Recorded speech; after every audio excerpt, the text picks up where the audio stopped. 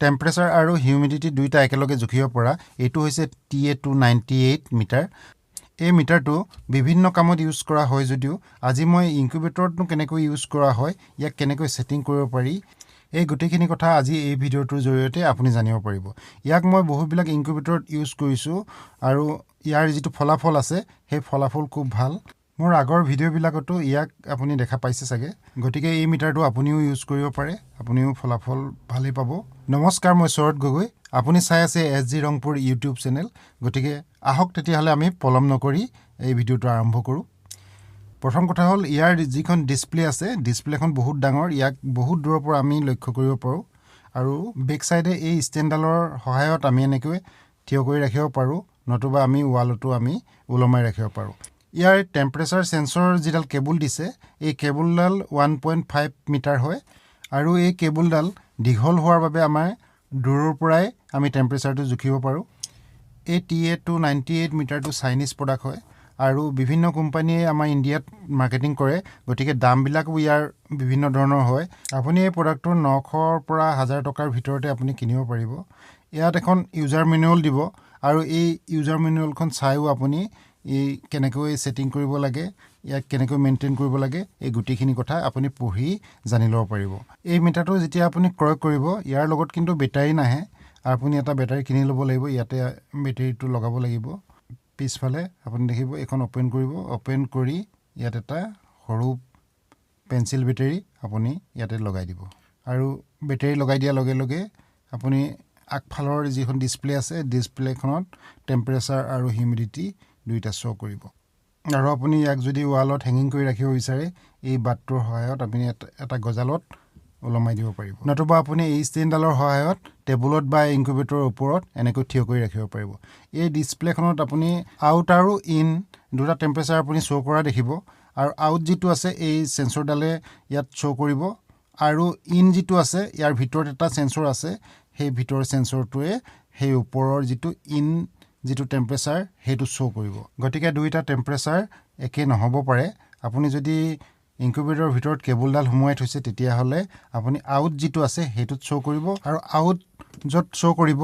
সেই টেম্পাৰেচাৰটো খুব সোনকালে আপুনি ইয়াত ফলাফল পাব আৰু এতিয়া মই এইটো সেন্সৰডালৰ আগটোত মই হাতেৰে ধৰি দিছো আমাৰ যিটো বডি টেম্পাৰেচাৰ সেই বডি টেম্পাৰেচাৰটো ইয়াতে শো কৰিছে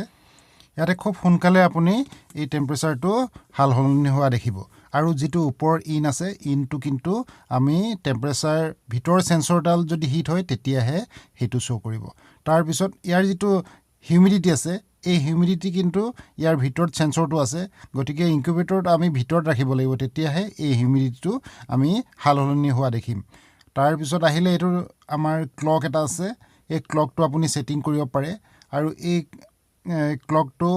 24 ঘণ্টিয়া ঘড়ী আৰু 12 ঘণ্টিয়া ঘড়ী এই দুইটাতে আমি চাব পাৰো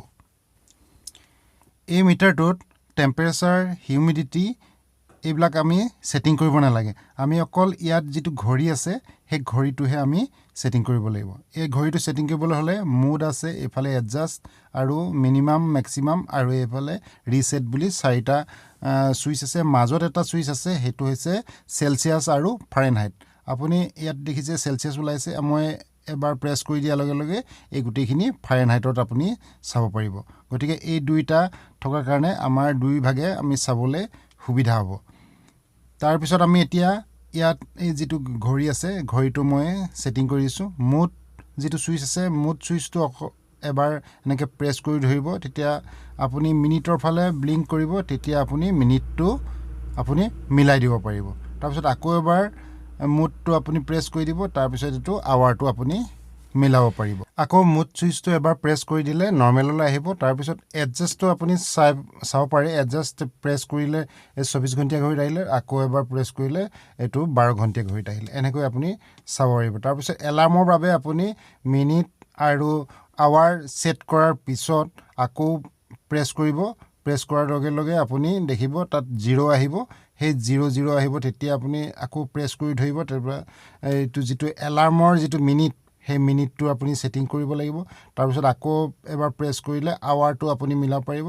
তাৰ পিছত এডজাস্ট সুইচটো দুবাৰ প্ৰেছ কৰি আকৌ মুড সুইচটো এবাৰ প্ৰেছ কৰি দিব তেতিয়া নৰমেল পজিচনলৈ আহিব আৰু তেতিয়া আপোনাৰ এলাৰ্ম অন হৈ যাব এই মিটাৰটো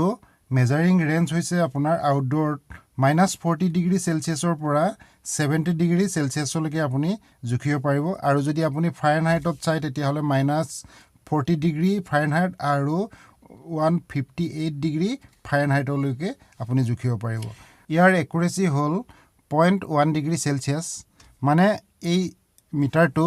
0.1 ডিগ্ৰী সেলসিয়াছ অলপ ইফাল হ'ব পাৰে